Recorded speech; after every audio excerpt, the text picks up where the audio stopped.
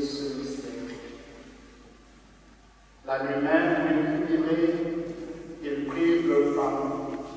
En te rendant grâce aimée, il est revenu et les donna à ses disciples en disant: prenez et mangez-en tous. Ceci est mon corps livré pour vous.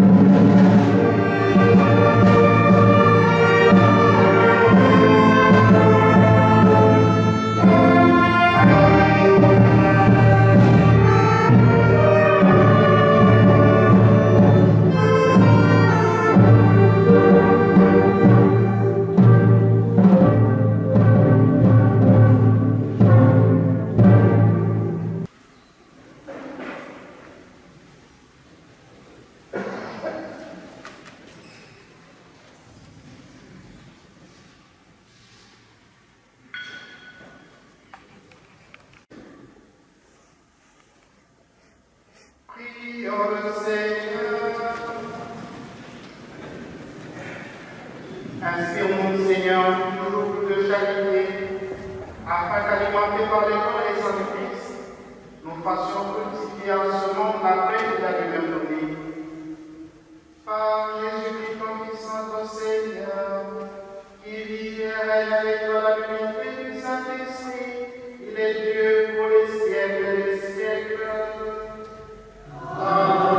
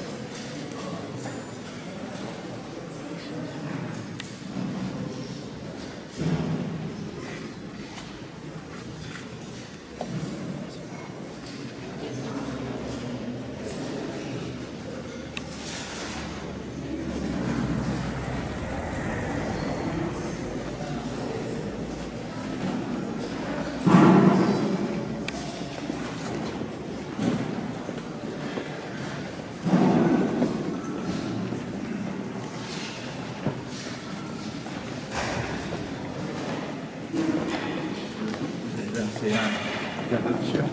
Oui.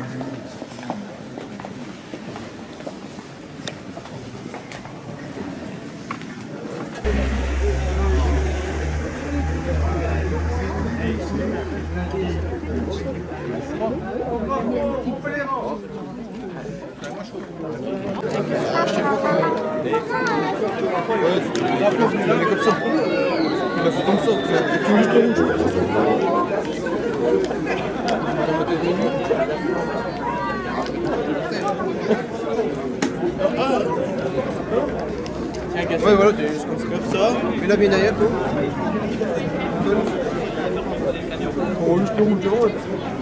Comme ça, et là, tu l'attaches. Attends, c'est René, c'est un peu, c'est pas. Donc, on va défiler, vous faisiez toujours comment donc, là, un peu plus long. Donc au début, vous faites n'hésitez pas à aller voir un peu de quoi il faut. 8 jours. D'accord. Une fois qu'on arrive là-bas, ben, vous le mettez, vous le mettez à vous. Elle a un grand. Tapez dessus.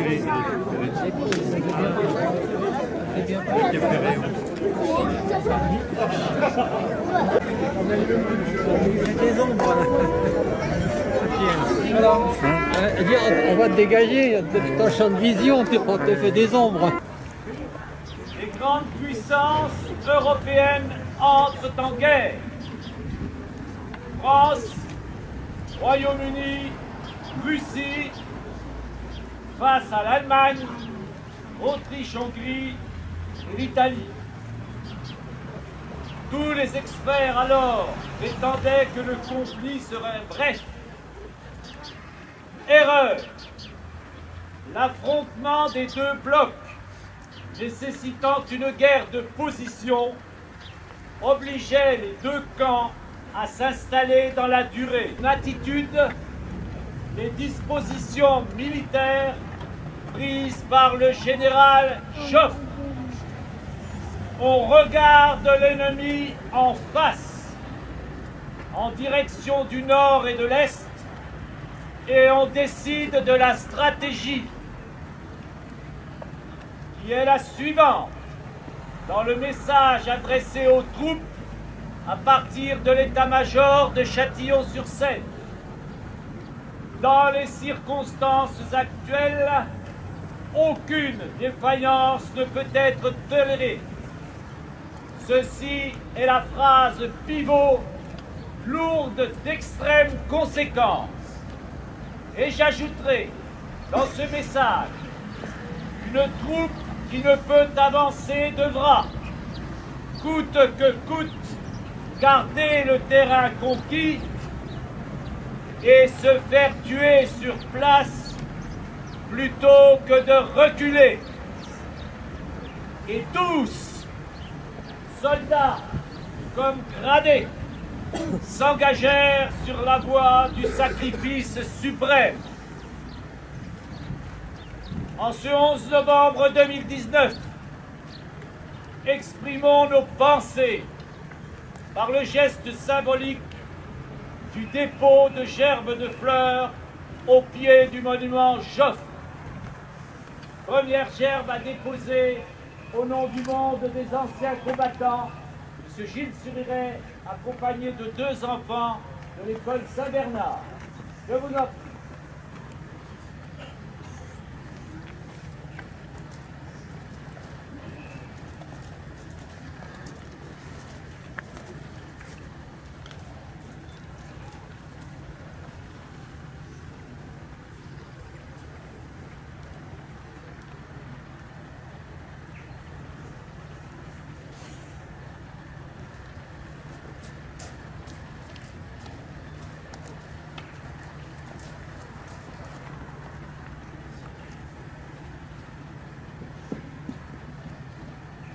Châtillon-sur-Seine, ville historique, ville qui porte en ses murs la trace des différents conflits du XXe siècle. Châtillon-sur-Seine s'incline, Châtillon-sur-Seine rend hommage à travers ses adjoints en déposant la gerbe de fleurs de la ville de Châtillon-sur-Seine. Madame, Monsieur l'adjoint, je vous en prie, veuillez déposer votre gerbe.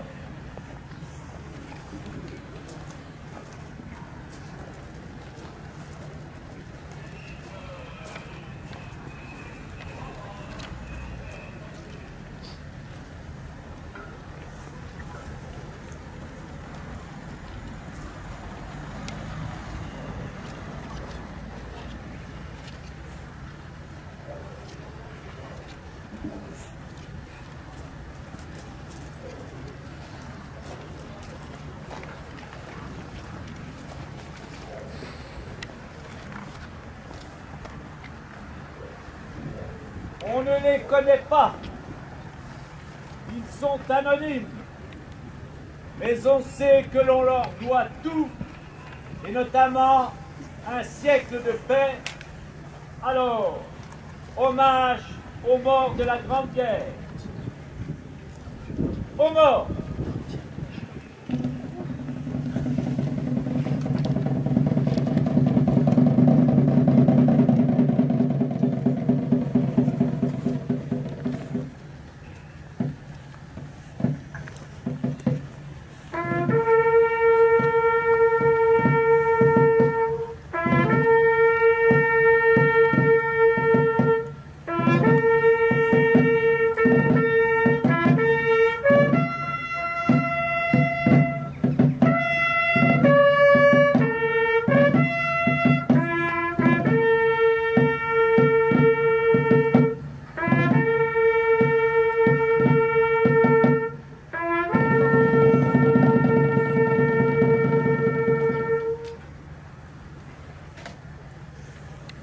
Mesdames, Messieurs, la musique n'a cessé au long de l'existence humaine d'accompagner la vie des simples citoyens comme de nos élus, comme de nos responsables politiques. Et la lyre, dans quelques instants, va nous traduire en son cette petite chanson qui courait dans la tête des poilus et qui s'intitule « La Madelon ». Repos.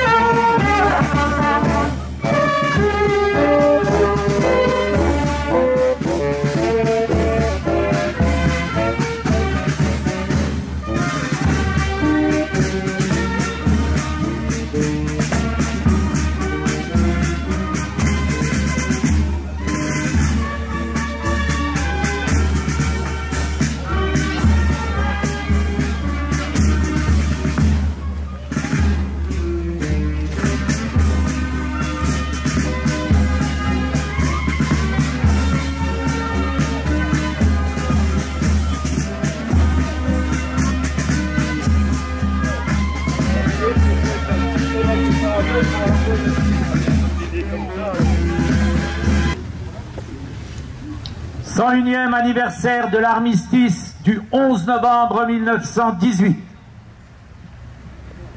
Ce matin, devant le monument aux morts de notre ville, vous tous qui avez pris le temps de la réflexion, de la compréhension de l'histoire de notre pays, j'ai envie de vous attribuer le titre d'ambassadeur de la mémoire. Écoliers, collégiens, lycéens et vous tous, mesdames et messieurs, vous allez tout au long de cette cérémonie remplir votre mission, une haute mission, celle de faire vivre le souvenir et ainsi de participer à la construction de la nation française en 2019. Venir devant nos monuments, honorer nos morts, avoir envie de perpétuer l'esprit de paix, telle est la façon de construire la nation.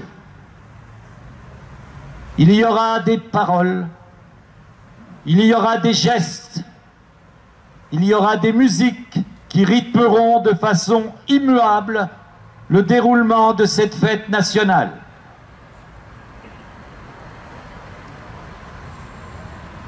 Garde à vous!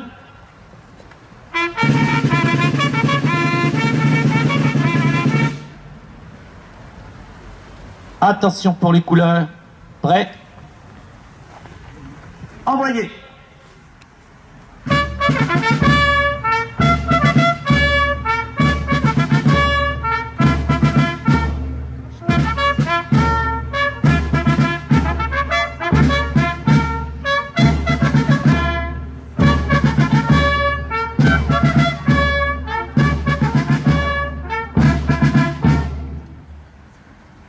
Pour les porte-drapeaux, repos.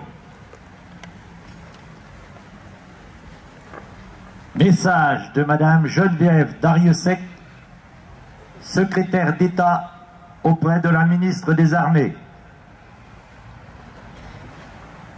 C'était il y a un siècle, un an après la fin des combats de la Grande Guerre, le 11 novembre 1919 fut le premier an de la paix retrouvée. Désormais, le silence domine là où l'orage d'acier a tonné avec fureur. Il règne sur d'innombrables champs de bataille qui ont charrié un si long cortège de morts, de mutilés, de blessés et de traumatisés. C'était il y a 100 ans. Une nouvelle page s'ouvrait, celle du souvenir, de la mémoire et de l'hommage.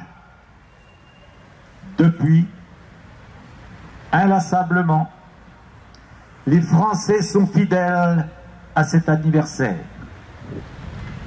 En ce jour, dans les nécropoles, devant les monuments aux morts, sur les places de nos villes et de nos villages, toutes les générations, unies et solidaires, se rassemblent et se recueillent. La nation se souvient de ceux qui se sont battus pour elle entre 1914 et 1918. Elle n'oublie pas ses enfants tombés au champ d'honneur sur tous les fronts d'Orient et d'Occident.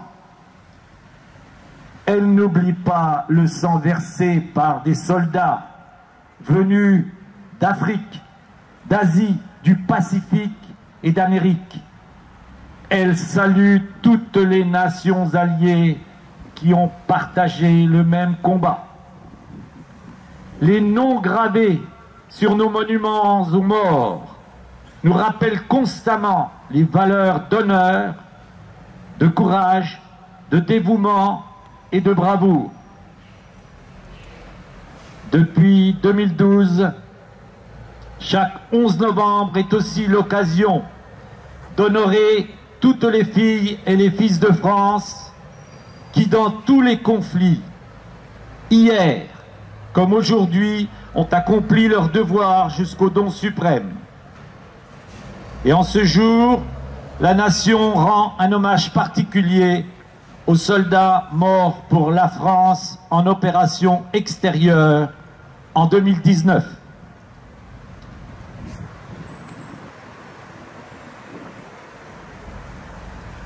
La parole est désormais à M. Gilles Suriret, représentant du monde des anciens combattants et président du comité d'entente des anciens combattants de Châtillon-sur-Seine.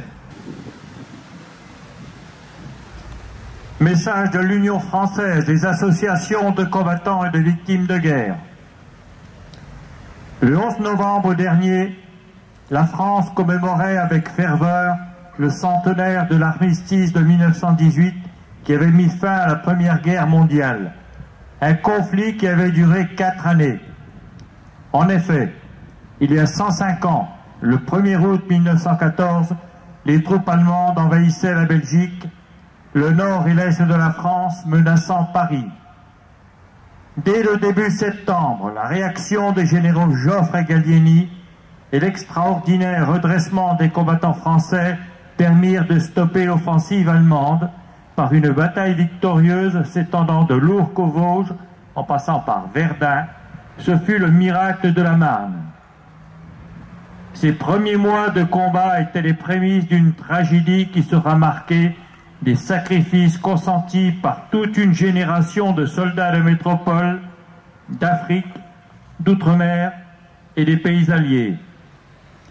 Quel courage n'a-t-il pas fallu à tous ces combattants pour en supporter l'ampleur qui allait marquer le début du siècle dernier, de 1914 à 1918.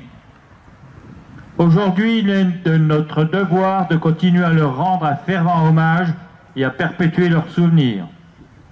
En ce jour de recueillement, nous ne pouvons pas oublier le courage et l'abnégation de tous ces aînés tombés au champ d'honneur qui se sont battus pour un idéal de paix, de liberté, de fraternité.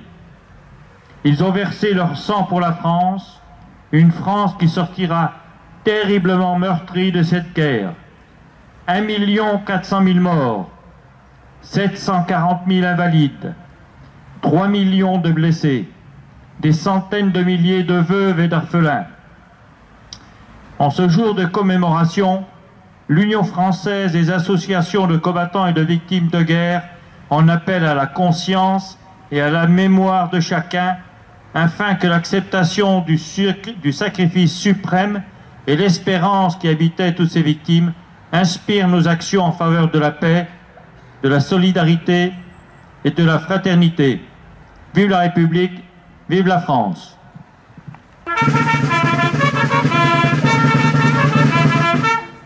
Je vous demanderai de bien répondre « Mort pour la France » à la suite de chaque nom. Premier maître Alain Bertoncello, commando Hubert, mort pour la France au Burkina Faso le 10 mai 2019. Mort pour la France.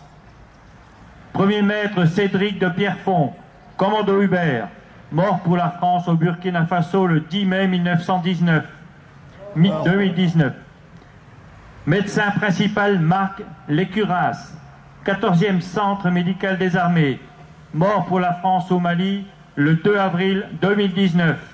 Mort pour la France. Brigadier Erwan Potier, 501e régiment de chars de combat, mort pour la France à Rouen, France, le 21 mai 2019, des suites de blessures reçues au Liban. Mort pour la France. Brigadier Ronan Pointeau, 1er régiment de Spahi, mort pour la France le 2 novembre 2019 au Mali. Mort pour la France. Repos.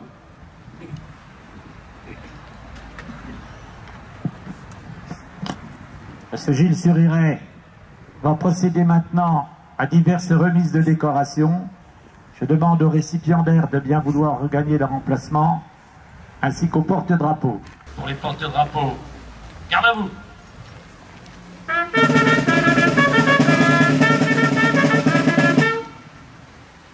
Nous Nous allons remettre aujourd'hui des décorations, c'est-à-dire 2 croix du combattant et 2 titres de reconnaissance de la nation. J'ai un petit texte pour souligner ces décorations. Cette médaille que nous allons remettre témoigne, elle n'est pas en chocolat, n'a pas été obtenue dans les salons de la Jet Set, ni par relation, pas non plus sur un terrain de football ou sur une scène de spectacle. Elle n'est pas le fruit d'une noble naissance ou d'un milieu social. Elle a été obtenue dans le sang, la peine et la sueur. Elle est liée au souvenir d'un monde cauchemardesque qui m'a laissé des cicatrices invisibles. Elle n'a rien rapporté à part le souvenir d'un compagnon disparu trop jeune. J'ai risqué ma vie pour vous, loin de mes proches, dans des lieux que vous ne connaîtrez probablement jamais, face à des gens qui vous méprisent, vous, votre culture ou vos modes de vie bien confortables d'occidentaux. J'ai fait le choix de tout faire pour vous protéger contre ce monde-là, vous et vos enfants. Pourquoi? La réponse se trouve dans mon honneur et dans ma fidélité.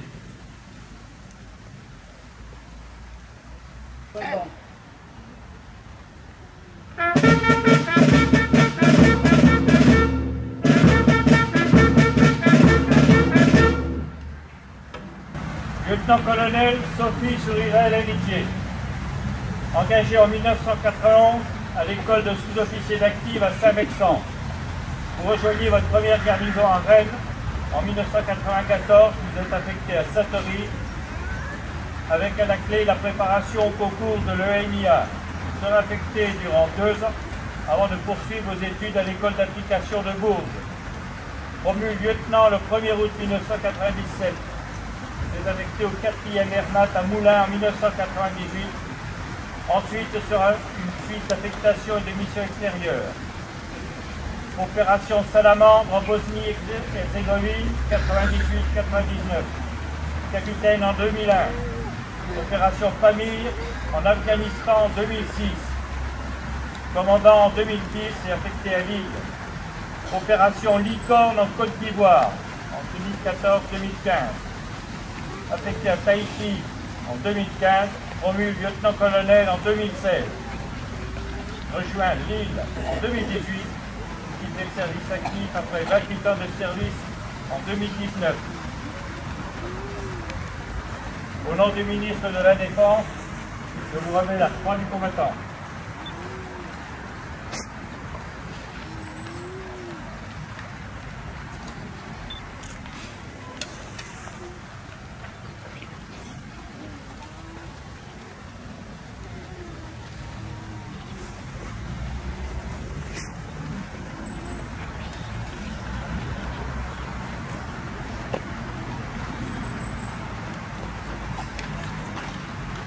Major Pascal Sourirail, engagé le 9 septembre 1990 au titre de l'ESOAT à Ivoire.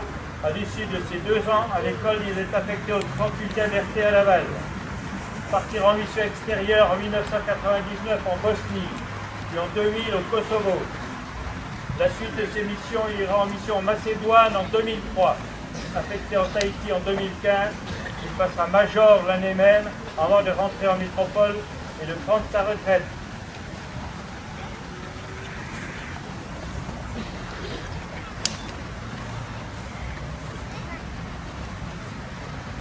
Au nom du ministre de la Défense, je vous remets la croix du combattant.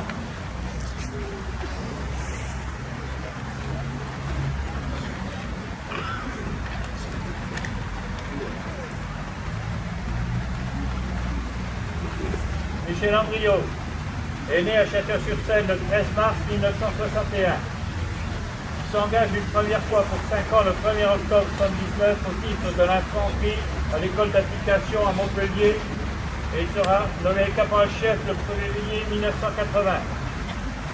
Il s'engage 3 ans au titre du régiment d'infanterie de marine à Vannes le 7 mai 1980. Après un premier séjour à Djibouti en 81-82, il est désigné pour faire partie du régiment France au Liban le 1er décembre 1982, où il interviendra avec le 3e RIMA jusqu'au 31 mai 1983. Lors de cette intervention, Il recevra une citation à l'ordre du régiment pour ces mêmes faits d'armes.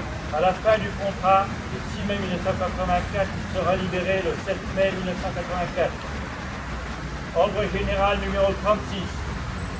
Andrio Michel, groupe de marine, caporal-chef au 3e RIMA, participant depuis le 1er décembre 1982 aux opérations de sécurité au sein de la force multinationale de sécurité dans Beyrouth, fait partie de toutes les patrouilles de jour comme de nuit et montre dans ces conditions difficiles une disponibilité de tous les instants et un moral sans faille. Le lundi 18 avril 1983, il arrive par les premiers sur les lieux de l'attentat contre l'ambassade des États-Unis. Avec 6 de ses camarades, il pénètre à l'intérieur de l'immeuble en feu et risque d'explosion et d'éboulement. Se défensant sans compter, il sauve la vie de plusieurs victimes en aidant à les localiser, à les dégager, à les évacuer. A fait preuve dans ces circonstances de discipline, d'efficacité et de sang-froid, ainsi que d'un courage qui a forcé l'admiration de tous, et particulièrement des officiers américains présents sur les lieux. Cette citation comporte l'attribution de la Croix de la valeur militaire avec étoile de bronze.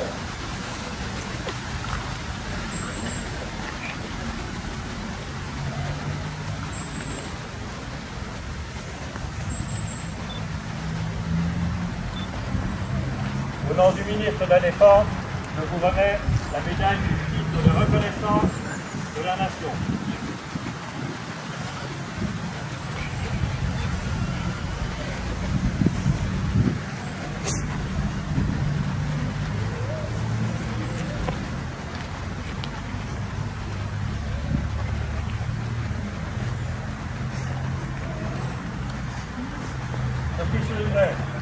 Au nom du ministre de la Défense, je vous remets la médaille du titre de reconnaissance de la Nation.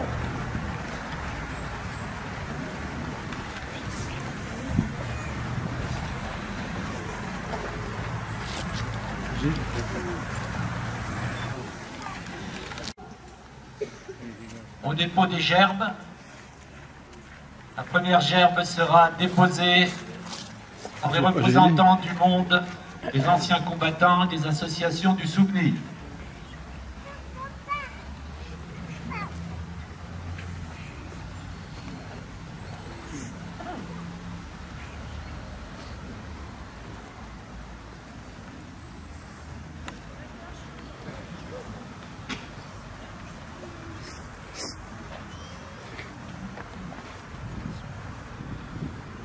Les enfants de l'école Saint-Bernard voudront bien accompagner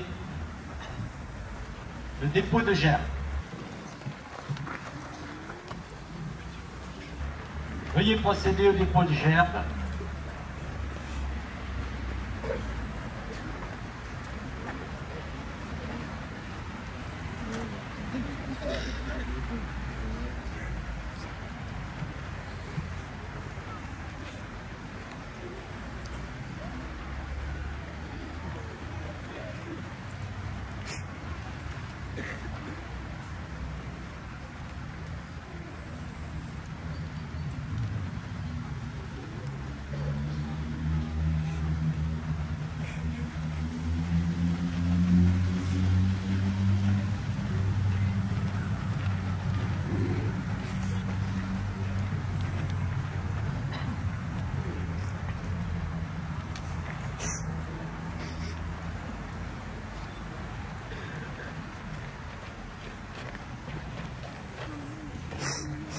La gerbe de la ville de Châtillon-sur-Seine sera déposée conjointement par le maire de la ville, accompagné du major Caetano et des enfants de l'école Saint-Bernard. Veuillez déposer votre gerbe.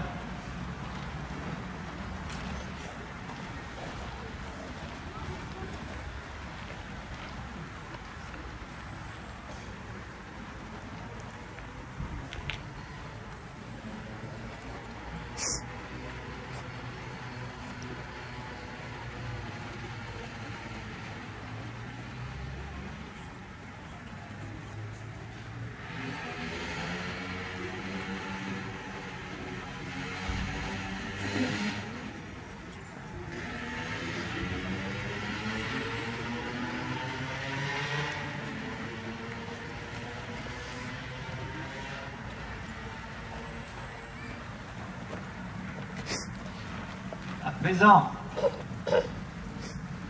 tant de silence, tant de pensées vers ceux qui ont été victimes des différentes guerres, particulièrement pour ceux de 14-18, en y associant, comme il a été dit tout à l'heure, nos 5 soldats tombés au champ d'honneur en 2019. Chers enfants, mesdames et messieurs, je vous demande de respecter une profonde minute de silence. Aux morts.